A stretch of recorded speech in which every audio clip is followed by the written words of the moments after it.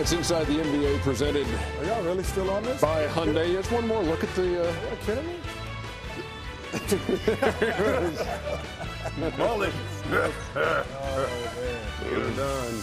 Oh, my. Your night is not complete until you've stuck around for Inside the NBA presented by Hyundai. Studio J in Atlanta, the TNT Arena. Ernie Johnson and Chris Webber. And Those were two good games. Number 7 over. took the words right out of my mouth. Those were the two barn. They were. Kenny the Jet Smith, Charles Barkley, also here. So here's what I'm saying. We just watched the team that will win the Southwest Division title, the San Antonio Spurs. Agree or disagree? Wait, let me see who all in that division. Well, it's right here. Houston, No. New Orleans, Dallas, and San Antonio. I still like. I feel like New. Oh, they down here. Oh, yeah. New Hugh Dallas. I disagree with you New before. Orleans gonna win that division. Okay, go ahead. I disagree, Chuck. You Where like you San going? Antonio? I thought I liked Houston. So let me admit that I was wrong. Kenny picked them to win the World Yeah, Championship. I was listening to Kenny. I was wrong. They lead in the division right now. They won't be in the end. I'm just saying they are. So what do you? So are you But agreeing or I'm disagreeing? like Popovich to me is one of 2 or 3 of the best coaches. Tim Duncan and those guys. I mean, Tim has. So you agree with? Are you I agreeing with me? disagree. You're agreeing I with agree me. with you. You were the man. Thank you very much. I appreciate it. I say this. I think that if Tracy McGrady's health is going to dictate if Houston's going to win it. If his health comes back, I think they're still going to win the division. If not, the San Antonio Spurs, to me, is better than New Orleans Hornets. And what was your answer over there? You went through every team. You went to the New The New Orleans Hornets are gonna win that Okay. division. All right. So we You remember disagree. this? What day is this? This is December. I'm with you, Well, Ernie. right now it's December 5th. December 5th. Remember we said that on December. It was the game of December 4th when we How's watched that San Antonio. How's that Rocket thing working out for you? Well, they lead in the division, and they're not even playing well. San Antonio over Denver tonight, 108-91. And as we begin the highlights, We got to watch it again. yeah, Roger Mason wearing the mic, and he and Tony Parker talking about kind of the early season struggle of the Spurs. Like for whatever reason, I know. we just out of sync right now. Yeah. That'll come back. It'll come back. When it does, though, we're going to be a beast. Of course. When it does, though, That's why we're it's going to. frustrating.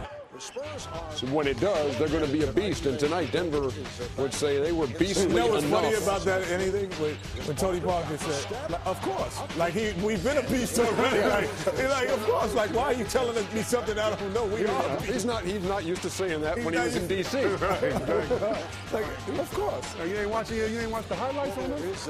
Yeah, there's Manu because you get all these pieces back in place for San Antonio. You know, they're gonna the be classic ball movement, crisp.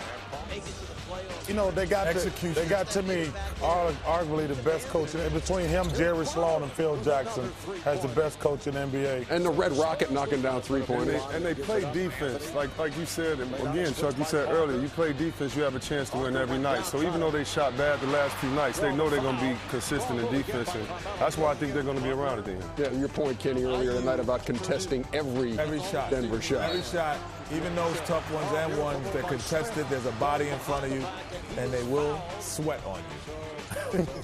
That's how the whole thing started. That's how the whole thing started. Tim Duncan, wow. Tim Duncan, 21-12 tonight. Just 12 shots. That's what's impressive about that. Who's that? Ginobili! I don't know if you had the energy at this hour to get it done, but you did, Charles, and Greg Popovich's guys. Watching these 2 games tonight. They're 10-8 now, are the San Antonio Spurs. Denver now 13-7, and they're 12-4 with Chauncey Billups, who struggled tonight. 12 points, 5 of 13 shooting. Really nobody on the Denver side did much of anything, as the San Antonio Spurs shoot 50%. And here's the difference last couple of games for the Nuggets as they signaled the end of the Sam Mitchell regime in Toronto, scoring 132 against them, held to 91. Sam did a good job in Toronto. And good luck to Jay Toronto. But Sam did a good job in Toronto. Hey, you know what? It's funny. I was on a radio show today, and they asked me about the San Antonio Spurs, and they were saying they were getting old. And then I said after 26 games, they'll be 17-9. So that's my December 5th, another prediction on 17-9. After 26 games. But they won't win the Southwest? Not if Houston's healthy. Tonight's final 108. Excuse me, I was dozing off there as you guys spoke. 108. Okay. We caught our naps. 108 to 91. We caught our good. Still to come on this show, Mike Bibby of the Atlanta Hawks joining us here in the studio. But up next, highlights. I go Pete Maravich. J.J. Barea, He played Jason Terry. He played like Pete Maravich tonight. Played like Great Jason Kidd in 1990. Inside the NBA, brought to you by the Hyundai Holiday Sales Event. Going on at your local Hyundai dealer right now. 'Tis the season to be smart with your money. Hey, TNT Overtime. Check it out for input from all of our TNT announcers. And, in fact, the guys here tonight talking about the Sam Mitchell situation. You will see that on TNT Overtime. A broadband experience on NBA.com. Almost afraid to do these highlights after what happened earlier this evening. There was Steve Kerr in that shot and Terrell Owens. Steve Kerr was in that shot? Yes, he was. That was a great catch. He's going to be in one of these seats soon. And you see that girl behind that guy in the green hat?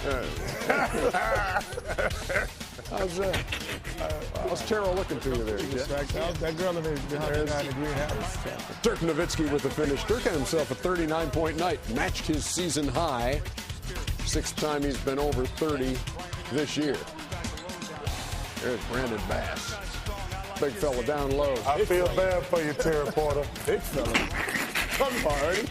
Oh my God. Kenny. Stop. I'm just checking. Well, I don't know what you mean. Kenny is not even saying anything. I'm scared to talk in the highlights right after now. his halftime experience. Oh my God. I can't even say a guy goes strong to the basket. Come on, man. You can't put Roger Bell on Dirk Nowitzki. Too big, too small. Come on. 13 of Dirk's 39 came in the third quarter. You know what? This was one of the first games that I seen Dirk kind of take advantage of his advantages. Big guy on me, I'm going to take you outside. Those small guys, he went down and posted up. I mean, what I told him 5 years ago? Yeah, it took him 5 years to hear you. Sometimes it takes me that long. It was Pete Maravich tonight. Hey, this guy was the best. Jason Williams, the one that played with you. He was doing what he did. J.J. Barea played like Pete Maravich, the great Pete Maravich. Dallas a winner 112-97. That's the Suns' first 4-game losing streak since November of 2006. Dallas never trailed in the game. And I can hear them clowns in Phoenix. They try to say Shaq has been the best player on the team this year. Those clowns in the media in Phoenix going to try to blame Shaq. But it's not Shaq's fault. I can promise you. He played better than anybody on the team. There's some big numbers being put up against the Suns. You see D. Wade, Chris Paul, Dirk Nowitzki tonight with the 39. But look at Devin Harris with the 47. What do you make of Devin Harris and the year he's had? You talk about guys who have had big scoring games. You know, Dirk with his 6th game of at least 30. Devin Harris has that, which is the same as LeBron James has. And what's the key for Devin Harris in the move from Dallas over to New Jersey? Well, I think I'm amazed by his trade, or I think everybody's amazed by his trade. I knew that he was a great player, a good player. But I think what opens it up for him is his speed. And being on the East, him with his speed, I've seen him go 1-on-4 on the break and actually score. So it seems like he's energized that team there. It definitely is a surprise for me. If you had a do-over, do you still make that? I mean, well, that's I know unfair. when you look. I know it is unfair, but when you look at that now, I mean, if you're a Dallas Maverick fan, you kind of say, I mean, are you justified in saying, "Wow, I don't know if we, gave up"? Well, I think overall, you don't give up the youthful potential that he had. He actually played well at times for, that one shot to win it all. I don't think you do that. But I think the other thing that he's improved on is his jump shot, because before you could back off him. You go in a pick and roll, you can go under the screen. He couldn't shoot the ball on a consistent basis. But now that 17 to 15-foot jump shot is very consistent. He doesn't hit the long ball consistently, the three-pointer, but 15 to 17 feet every time. Now you have to play him, and then the speed comes into play. You're up. Well, I had a different way. What you going to say? I want to talk football, but that's another story for another time. Okay. We are basketball inside the NFL. Go ahead. Yeah, inside the NFL. 1, 2, 3. We're going. Okay, listen, the Auburn family. We got our butt kicked last week. It is what it is. Tubb did a great job.